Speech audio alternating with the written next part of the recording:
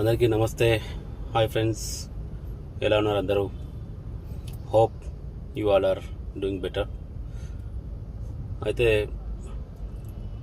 ఇవాళ నాకు ఒక చిన్న విషయం బాధించింది బాగా. సుగాలి ప్రీతి మదర్ అమ్మ, ఇటువంటి సిచ్యువేషన్ ఎవరికి రావద్దు, కానీ మీకు వచ్చింది. చాలా చింతిస్తున్నాం అందరం. యావత్ భారతదేశం బాధపడ్డది ఆ విషయంలో. బట్ బాధాకరమైన విషయం ఏంటంటే, మీరు ఎప్పుడైతే ఈ కేసు విషయంలో పవన్ కళ్యాణ్ గారి దగ్గరికి వచ్చారో ఆ సారి కేసును తీసుకోవడం జరిగింది. మీకు న్యాయం చేపిస్తానని చెప్పడం జరిగింది. అండ్ ఈ విషయంలో కూడా మీకు పవన్ సార్ చాలా హెల్ప్ చేశారు, అది మీకు తెలుసు.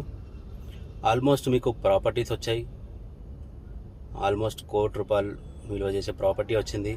అండ్ చెక్ కూడా వచ్చింది మీకు ఆర్థిక సహాయంగా. ఇన్ని వచ్చినా కూడా మీరు ఇప్పుడు ఎవరో అండ చూసుకొని, ఇతరుల పార్టీ అండ చూసుకొని మళ్ళీ మీరు పవన్ సార్ మీదనే బురద చల్లడం అనేది చాలా బాధాకరం, చాలా బాధించింది ఆ మ్యాటర్. ఎవరి వల్ల అయితే లబ్ధి పొందావో మళ్ళీ వాళ్ళనే దూషించడం సరికాదమ్మా. సుగాలి ప్రీతి మదర్ పార్వతమ్మ గారు, ఇటువంటి సిచ్యువేషన్ ఎట్లా అవుతుందంటే, నెక్స్ట్ ఇంకెవరికన్నా అనుకోవద్దు, ఎవరికి ఏం జరగవద్దు. ఎవరికన్నా ఇంకోసారి మన అయింది అనుకోండి, ఆలోచించాల్సి వస్తుందమ్మా.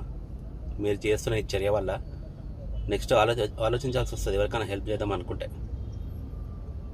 మానవత్వం చచ్చిపోతుంది, మానవత్వం నిజంగా చెప్తున్నా.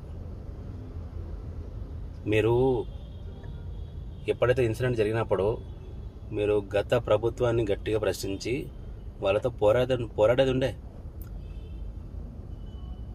లేకుంటే ఇవన్నీ మీకు పవన్ సార్ వల్ల ఏవైతే లబ్ధి పొందారో మీరు అవన్నీ రిటర్న్ ఇచ్చేది ఉండే.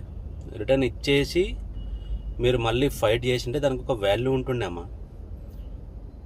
పవన్ గారి వల్ల మీరు లబ్ధి పొంది అన్నిగానం కూడగొట్టుకొని అండ్ మీ ఇంట్లో ఒకరికి ఉద్యోగం ఇప్పించి ఆర్థికంగా ఆదుకున్నారు. ఆయన చేసిన పెద్ద తప్పుగా అనిపిస్తుంది ఇప్పుడు మళ్ళీ మీరు ఆయననే దూషించడం చాలా అమాయకత్వం. ఇది ఎవరో పేటిఎం వేస్తుంటే మీరు అది తీసుకొని, ఇది సరికాదు, అస్సలు సరికాదు. ఆలోచించండి, మీరు కొంచెం మానవత్వం